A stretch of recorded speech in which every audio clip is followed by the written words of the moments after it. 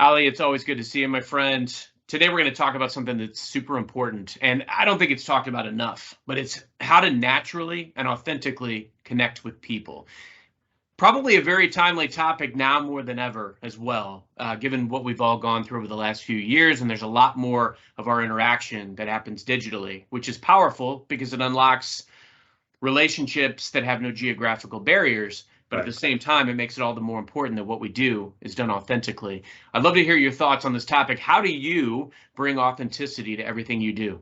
Yeah, thanks, Carson, for having me, man. It's a long time coming, but we're here, so I appreciate it. Yeah, and you brought up a good point in terms of this being a digital world, and you have an opportunity to reach so many people. It could be infinite, right? How do you show up authentically, right?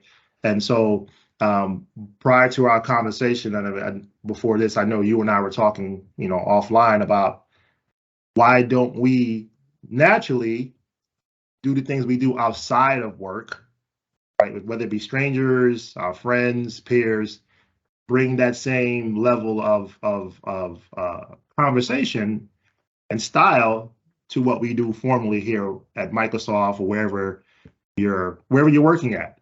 And what I'm really going at is the psychology of basically speaking with somebody, and it's very, very simple. We're from our natural inclination to do our biology. We're either gonna talk to you or not talk to you, meaning fight or flight. We're gonna see a stranger as a stranger and we're not going to speak with you, or we're going to engage with you based off what you bring to a certain particular to the table. So, for instance, I'll give you an example. Online, I reached out to a few executives, particularly a CMO, right, or a chief digital officer.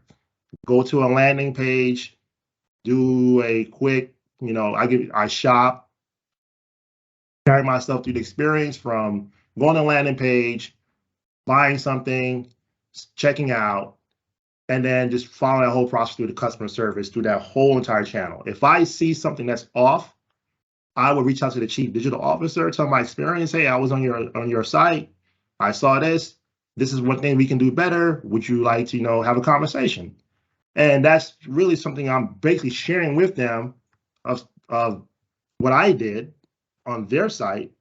If there's something that's missing, there's a gap that we can help solve for, just simply just go through the whole process.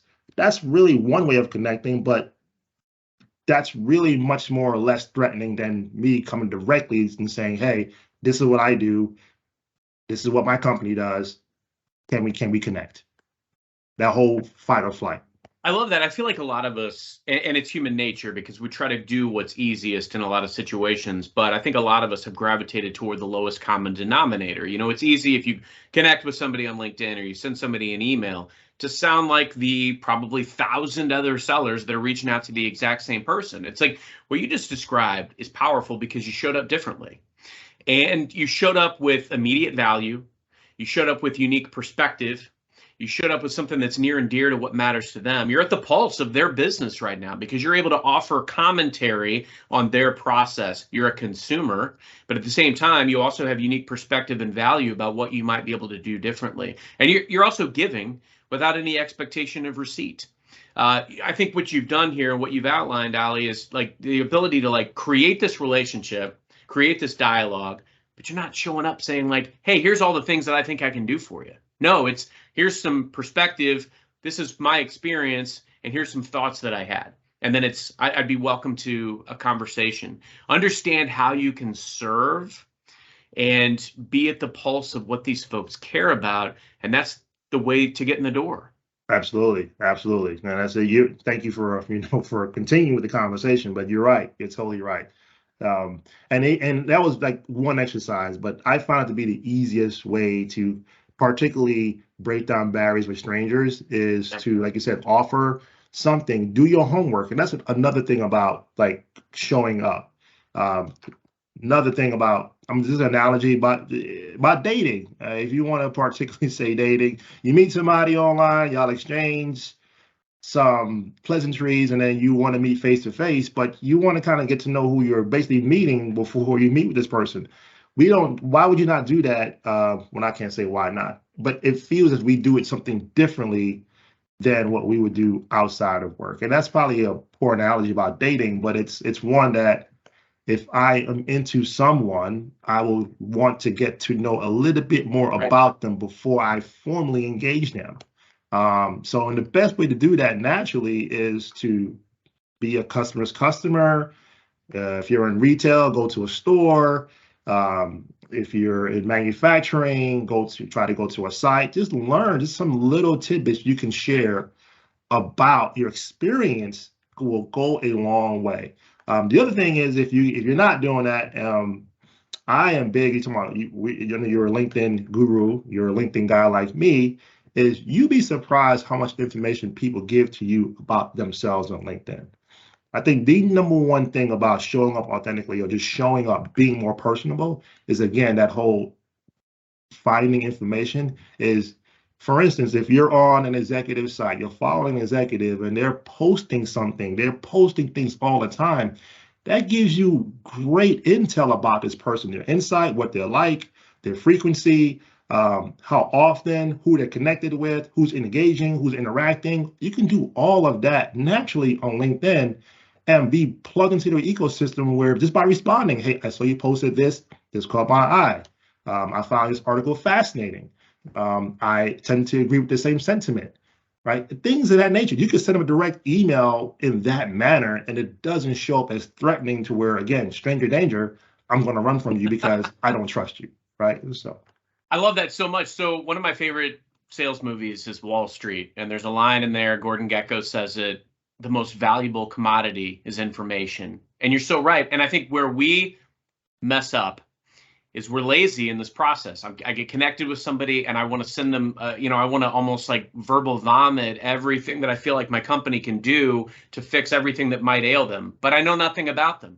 But you just articulated very clearly, all we need to do is go out there and learn, understand, like they're right there where you can see common synergies. Maybe you went to the same school, maybe you follow some of the same people, maybe you interact with their posts, or you see what's near and dear to their heart.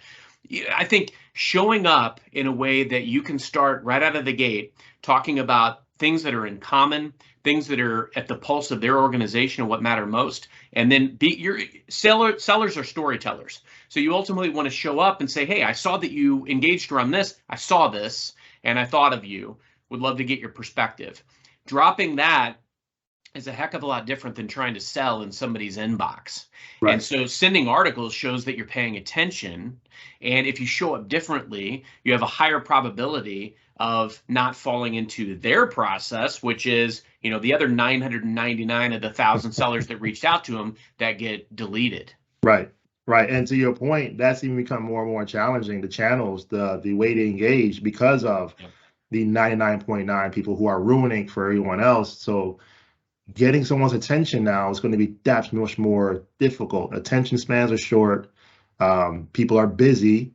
So finding ways to connect is even that more challenging, right? So an example is, statement examples. If you want a customer and you're trying to reach 5. You know me, so I tend to go at the highest levels, right? Yeah. C-level and senior vice presidents or vice presidents. And if you're trying to connect with, let's just say 4 or 5 of them, and you see, this is what I talk about, like you said, doing your homework. 4, 5 of them are not all going to be posting things or not going to be online, but that's your goal, is to get to all 5. But find a 2 or 1 out of, I don't know, 5 or 15 that are very, very frequent.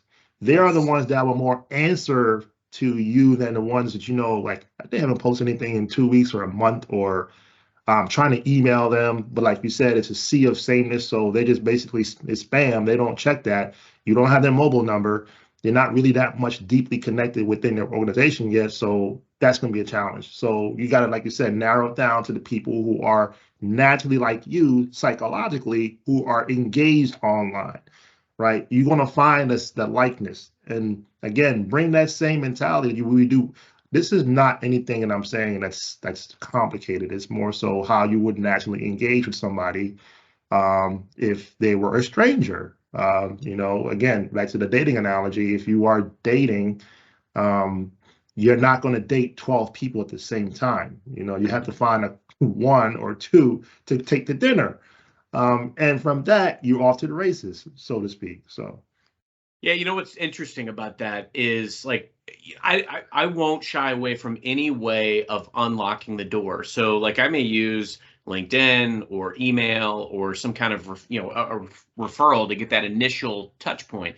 But none of that replaces like that genuine investment in the relationship. What you're describing about getting to know them, what matters to them. I'm looking to earn the right to be the trusted advisor.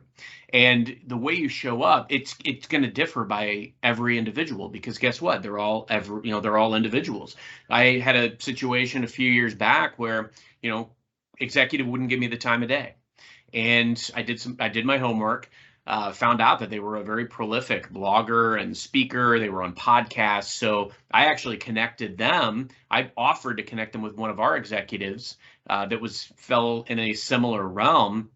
And so I felt like we could learn a lot from you based on your perspective. I got the meeting. And 6 months later, we got a quality deal signed. Had another scenario where I'm just like you. I try to start with the senior executives. But here's the thing. We've all done this where we've reached out to 1, 2, 5, 10 executives and we've gone for the room. So I try to create a groundswell. I'll reach out, then from, VPs and then even directors if that's who I can get in with. And here's the thing. Here's what happens in that is you're kind of like this little snowball and you create an avalanche. You create a groundswell because now I'm getting perspective from all these different folks in the business, different lines of business. And so when I'm speaking to these executives now, I come with all that innate value. I'm at the pulse of your organization. I know what's going on in 17 of your business units because that's what I've been, the conversations that I've been having. So your probability of getting these executive relationships goes up astronomically. And you're also showing up with immediate value and no expectation. I'm not trying to sell you anything. But guess what? If I'm entrenched in your business, you're probably going to listen to me more often than somebody who's just sending you their resume on a LinkedIn inbox. Again, so excellent point. So what you just touched on 3 things, right? Value by basically networking, and that's a skill, right? That's another way of connecting is, like you said, is referral-based connections. But if you can self-generate that, what you just described, what we do here at Microsoft and my previous company was a challenger model that is called 5 by 5, right? So you reached out 5 people across the top, so 5 executives, right, and then 5 people below, VP, directors.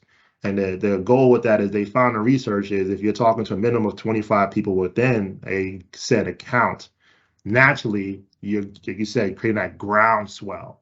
So you just kind of, what you touched on is more of a formal process, right? Formalizing the art of networking by touching people within organizations. That's number 1. Number 2, going back to what you're talking about, the person who's blogging, the most powerful way to connect with somebody naturally is to teach. People will teach. We love to teach. Again, if you want to offer value, tell me something I don't know or something I do know, but offer to learn from me. We're naturally inclined biologically to help each other. We are a social environment. We are a family structure, right? This world does not survive without family. The world does not survive without people socially. Yeah. So it's naturally in us. We just make it unnatural when we come to work.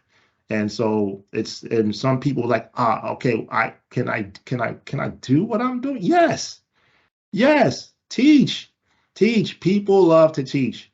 And executives don't know it all. So again, but if your perspective is great, the blogger, I would love to learn from you.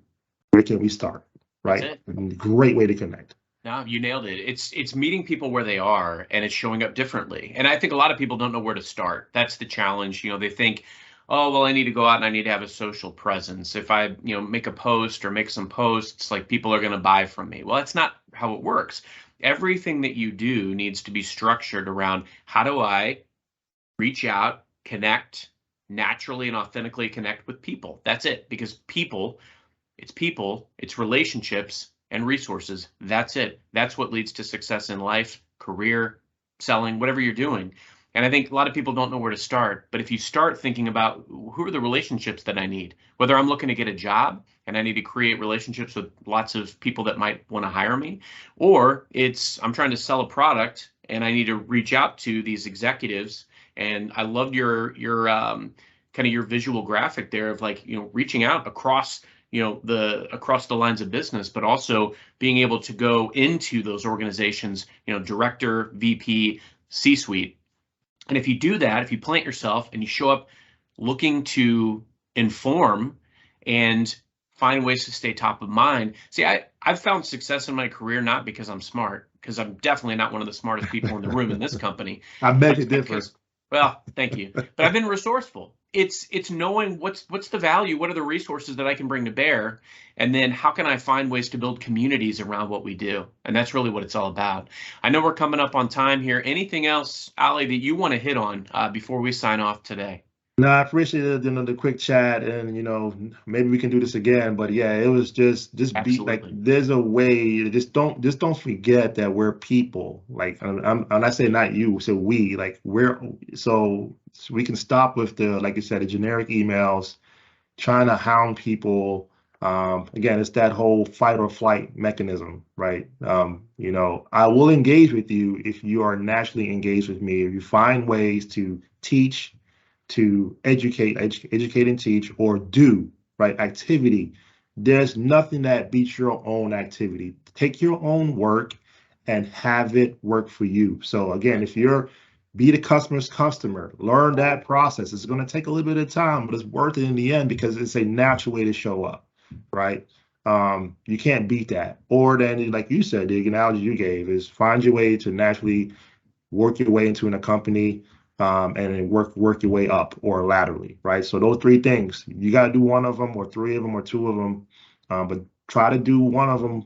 I tend to be more of a teacher and doing. I found that in my career be the easiest way to naturally engage with somebody, or teach, or excuse me, learning. So yeah, I love that. And look, if you can find ways, if you can figure out what your unique superpower is, your unique strengths, and you can find ways to solve problems of executives, whether it's in your own organization or other organizations, and deliver wins for people and serve them, you're going to win. That's it. There you go. There you go. Always a pleasure, my friend. It's a beautiful thing. Thank you, Ali. Appreciate your time as always, and we'll see you next time. Appreciate you.